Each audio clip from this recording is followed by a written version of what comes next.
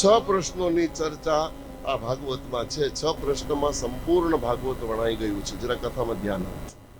મૂળ ભાગવત 6 પ્રશ્નો, પણ એમાં સહસ્ર સમમાસ એક જ પ્રશ્નની ચર્ચા કરતા સુત પુરાણીને 1000 વર્ષ લાગ્યા. એટલે કે જે મહિનામાં સવાલ થયો હતો, અધિક મહિનાના શ્રાવણ મહિનામાં સવાલ થયો હોય તો 1000મી વખત અધિક શ્રાવણ આવ્યો ત્યારે એક પ્રશ્ન પૂરો થયો.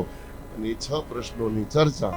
અને અમને કોઈ એમ કે 7 દિવસમાં આખી ભાગવત મહારાજ આ વખતે કઈ છોડતા જ નહીં, પણ અમે ક્યાંથી કાઢીએ, કેવી રીતે પૂરું કરવું? દરિયો છે મારો કહેવાનો, સાગર છે.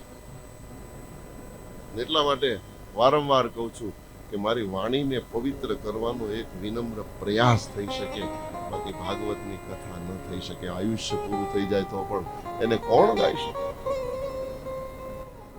ભગવાન અનંત છે અને એની કથા અનંતા છે, અને એને ગાઈ શકાતી નથી. અને એટલા માટે મીરાએ તો એમ કહી દીધું, પૃથ્વી કા કાગજ કરું, લેખીની કરો વનરાય, 7 समंदर की शाही करो, मगर हरि गुण लिख्यो. દરિયામાં જેટલું જળ છે એટલી શાય બનાવું, પૃથ્વી જેવડો કાગળ લઉં અને જેટલા ઝાડ પાન છે એટલા ઝાડની કલમ બનાવું.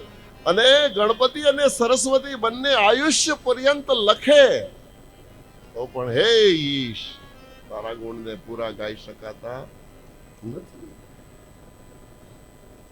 અસિત ગિરી સમમ સ્યાસ કજ્જલમ સિંધુ પાત્રે. અમારા આચાર્ય પુષ્પદંત લખે છે, અને આ ઘટના પણ કાશીની છે. મને યાદ આવી ગયું કઈ દઉં. આ મહિમ્ન સ્તોત્ર, શિવ મહિમ્ન સ્તોત્ર, એની ઉત્પત્તિ ક્યાં? કાશીમાં છે. અને આચાર્ય પુષ્પદંત ગંધર્વરાજ હતો. એ ગંધર્વરાજ પુષ્પદંત વિશ્વનાથને કહે છે, અસિત ગિરી સમમ સ્યાત સ્કજ્જલમ સિંધુ પાત્રે, સુર તરવર શાખા લેખિની પત્ર મુરવી, લિખિતી યદિ ગ્રહિત્વા શારદા સર્વકાલમ.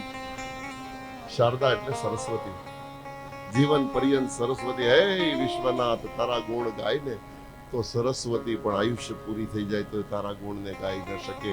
ઈ તારા ગુણ છે, એને કોણ ગાઈ શકે?